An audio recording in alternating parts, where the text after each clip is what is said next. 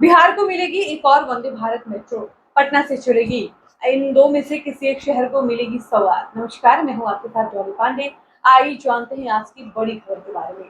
देखिए, बिहार में विधानसभा का चुनाव है और बिहार विधानसभा चुनाव से पहले केंद्र सरकार एक के बाद एक बिहार के लोगों को चुनावी सौगात दे रही है। इसी कड़ी में बिहार वासियों को एक और रूट पर नमो भारत ट्रेन चलाई जा सकती है। इसके लिए भारतीय रेलवे तैयारियां कर रहा है। रेलवे पटना से गयाजी या बक्सर के लिए नमो भारत ट्रेन चलाने की तैयारी कर रहा है।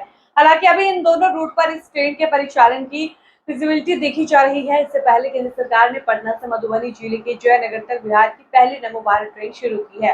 अब राजधानी पटना से एक नए शहर के लिए यह ट्रेन चलाने की तैयारी हो रही है। इस बीच रेल मंत्री भी 2 दिन के प्रवास के लिए बिहार की राजधानी पटना पहुंचे हैं।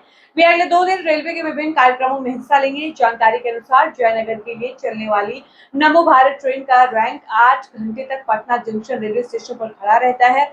यह ट्रेन सुबह 10 बजे पटना पहुंच जाती है और शाम 6 बजे के आसपास जयनगर के लिए रवाना होती है।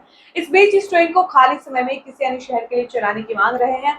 ऐसे में रेलवे पटना से बक्सर और गया जी इन दोनों मार्गों पर नमो भारत ट्रेन के परिचालन की अवधि देखा जा रहा है। दानापुर रेल मंडल के डीआरएम आधार राज ने कहा कि दोनों मार्गों में से जिस मार्ग पर चलाना सुगम और अनुकूल होगा, वहां से नमो भारत ट्रेन चलाई जाएगी। हालांकि इसका अंतिम फैसला रेलवे बोर्ड लेगा। दरअसल पटना जयनगर नमो भारत ट्रेन की शुरुआत पिछले महीने ही हुई है। प्रधानमंत्री नरेंद्र मोदी ने 24 अप्रैल को वर्चुअल तरीके से हरी झंडी दिखाकर इसे रवाना किया था।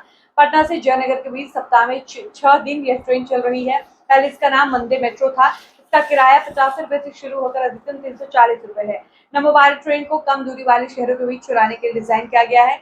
यह पूरी तरह वातानुकूलित ट्रेन है। यह ट्रेन जयनगर, मधुबनी, दरभंगा, समस्तीपुर, बेगूसराय, मोकामा और पटना को जोड़ रही है। बिहार में चलाई जाने वाली नमो भारत ट्रेन गुजरात के बाद दूसरी ट्रेन है।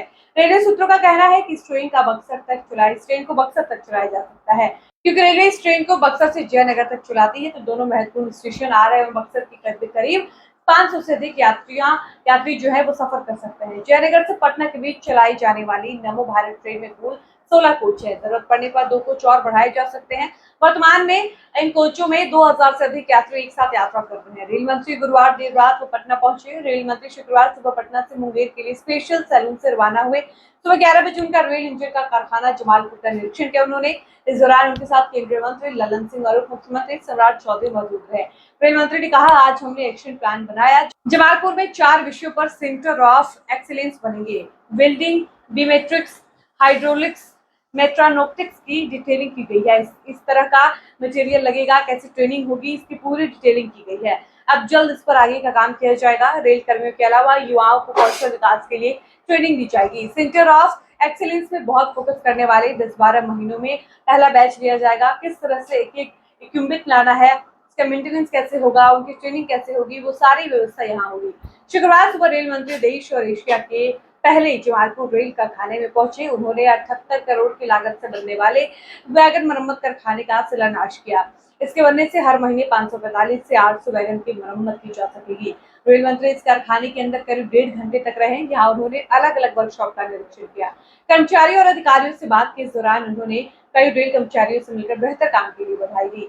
जानकारी के मुताबिक 17 साल बाद कोई रेल मंत्री जमालपुर रेल कारखाने पहुंचा और इससे पहले 2008 में लालू यादव यहाँ आए थे। बाकी आप इस खबर पर क्या कहेंगे, अपनी राय कमेंट सेक्शन में लिखकर हमें जरूर बताइएगा। फिलहाल इस वीडियो को हम यहीं पर समाप्त करते हैं। मिलते हैं नए वीडियो में।